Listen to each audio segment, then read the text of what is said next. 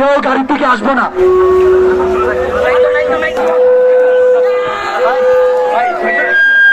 কথা শুনি ভাই, কথা শুনি ভাই, সবাই কথা শুনি ভাই, ভাই কথা শুনি, এ ভাই কথা শুনি। আজকে সুসংবাদ, বাংলাদেশের মানুষের বিরুদ্ধে অন্যতম জালেম আজকে দেশ ছেড়ে ফেলাইয়া গেছে। আলহামদুলিল্লাহ। এটা কে করেছে ভাই? কে করেছে ভাই? কে করেছে ভাই? আমাদের কোনো ক্রেডিট নাই, আল্লাহ করেছে। আমরা সামনে যে সরকার আসবে সেই সরকারের সামনে 7টি দফা দিচ্ছি। 1 নম্বর, 2013 সালে বাংলাদেশের যে সমস্ত ওলামায়ে কেরামদেরকে শহীদ করা হয়েছে, সর্বপ্রথম নতুন সরকারের দায়িত্ব এই শহীদেরা এর বিচার করতে হবে।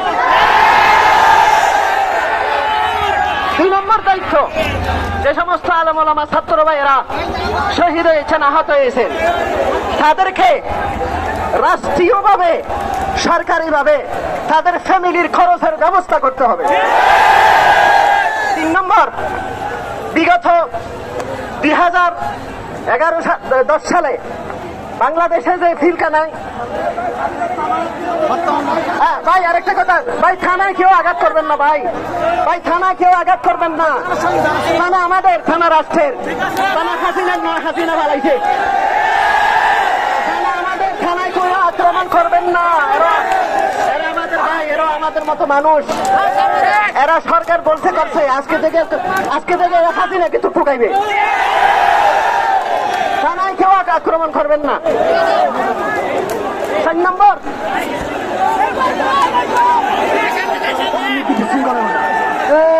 পালাইছে রে পালাইছে, তুমি হাসিনা পালাইছে, পালাইছে রে পালাইছে, তুমি হাসিনা পালাইছে, পালাইছে রে পালাইছে, মুদির বউ পালাইছে, পালাইছে রে পালাইছে, মুদির বউ পালাইছে।